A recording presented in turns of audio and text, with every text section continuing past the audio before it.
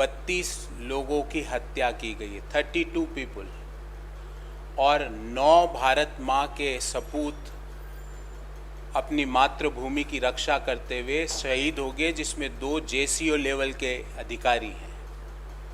और सरकार क्या कर रही है? सरकार कर रही है यहाँ पे मीटिंग।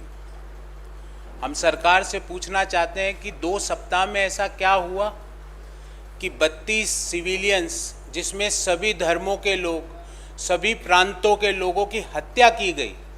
और ये पहली बार हुआ है कि चुन चुन के हत्या की गई है। आज तक कश्मीर में, जम्मू में आतंकवाद होता था, पर कभी भी किसी से ये पूछ के हत्या नहीं की जाती थी कि तुम किस प्रांत के हो, यहाँ क्या करने आए हो। ये पूछ के ये हत्या का आधार नहीं होता था, पर आज हत्या का आधार है selective murder. I will call this as a selective murder. और ये क्यों हो रहा है? ये ऐसा क्यों हो रहा है कि जब जम्मू कश्मीर और लद्दाख तीनों पे डायरेक्ट होम मिनिस्टर का कंट्रोल है, home ministry is the incharge. Home minister साहब का अभी तक एक वक्तव्य नहीं आया। मुझे लगता है उनका ज़्यादातर समय गृह राज्य मंत्री को बचाने में ज़्यादा लगता है, और जम्मू कश्मीर के इश्यूज़ पे उनको अभी तक 32 लोगों की, सिविलियंस की हत्या कर दी गई और होम मिनिस्टर की तरफ से एक वक्तव्य नहीं। 9 भारत माँ के सपूतों ने मातृभूमि की रक्षा के लिए प्राणों की आहुति दे दी, होम मिनिस्टर का, गृह मंत्री का कोई वक्तव्य नहीं। इसका मतलब क्या है कि देश की सरकार जम्मू कश्मीर के इश्यूज को ना तो समझने में सक्षम है और ना उसमें कोई सुधार करने में सक्षम है। It means neither the government of India, under whose direct jurisdiction Jammu Kashmir is, neither they are able to understand the situation nor they can tackle the situation. ध्यान रहे साथियों, ये महीना कौन सा महीना है? ये अक्टूबर माह है। कुछ दिनों बाद कश्मीर में बर्फ पड़नी चालू हो जाती है। ये सभी लोगों के लिए पीक सीजन है, भले ही वो उद्योग हो, एग्रीकल्चर हो, हॉर्टिकल्चर हो। कश्मीर का सबसे पीक बिजनेस का सीजन ये अक्टूबर माह, सितंबर अक्टूबर माह माना जाता है। और इस सीजन में वहाँ पे जो दूसरे प्रांतों के लोग हो, चाहे वो उत्तर प्रदेश के हो, बिहार के हो, छत्तीसगढ़ के हो, झारखंड के हो, बंगाल के हो, वो लोग वहाँ आजीविका कमाने जाते हैं। उस जगह को एक आर्थिक हब बनाने में मदद करते हैं। एग्रीकल्चर, हॉर्टिकल्चर, कंस्ट्रक्शन में वो लोग सहयोग करते हैं। उन लोगों की हत्या हो जाती है और गृह मंत्री खामोश हैं। ध्यान रहे, जम्मू कश्मीर में अभी जो लेटेस्ट डाटा आया है, हिंदुस्तान में सबसे ज़्यादा बेरोजगारी आज जम्मू कश्मीर में है। देश में बेरोजगारी की दर 7.5% है, जम्मू कश्मीर में 21.6% है।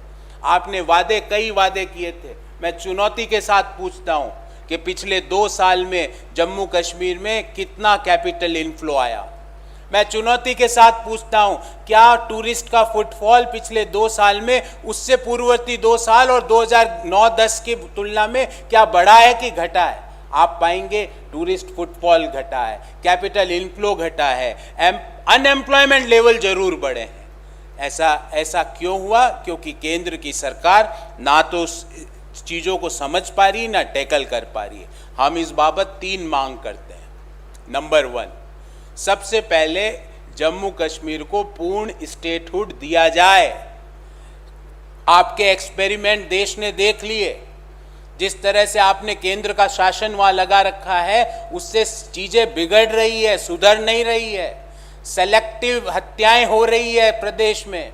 2 सप्ताह में जब पीक आर्थिक एक्टिविटीज चल रही है, उस समय 32 सिविलियंस को मौत के घाट उतार दिया जाता है। तो पूर्ण स्टेटहुड पहले दिया जाए। नंबर 2, डेमोक्रेटिक तरीके से चुनी हुई सरकारों को स्टेट चलाने का अधिकार मिले। संविधान को क्रश नहीं करना, वहाँ पे संविधान को लागू करते हुए लोकतांत्रिक तरीकों से सरकार का चयन किया जाए और सरकार चलाई जाए। और तीसरी और मुख्य मांग कि जो लोग वहाँ पे भय के कारण जो लोग पलायन कर रहे हैं, उन लोगों की आर्थिक गतिविधियां, रोजगार के लिए सरकार आगे आए और उनको रोजगार के अवसर उत्पन्न कराएं। कोई बिहार का, झारखंड का मजदूर अगर पुंछ में जाके मजदूरी कर रहा है और अचानक से उसको वापस झारखंड पहुंचना पड़ रहा है, उत्तर प्रदेश पहुंचना पड़ रहा है, बंगाल पहुंचना पड़ रहा है, उन लोगों की आर्थिक सहायता की जाए और उनको रोजगार मुहैया कराया जाए। यही 3 मांगे हमारी इस बाबत है, क्योंकि आज देश में आपने कई वादे किए थे कि ये हो जाएगा, ये हो जाएगा, ये हो जाएगा, पर हुआ एक कि देश में जम्मू कश्मीर कभी भी बेरोजगारी के नंबर 1 स्थान पे नहीं था। आज हरियाणा को उसने पछाड़ दिया है। हरियाणा के पछाड़ के 21.6% की बेरोजगारी दर जम्मू कश्मीर में है।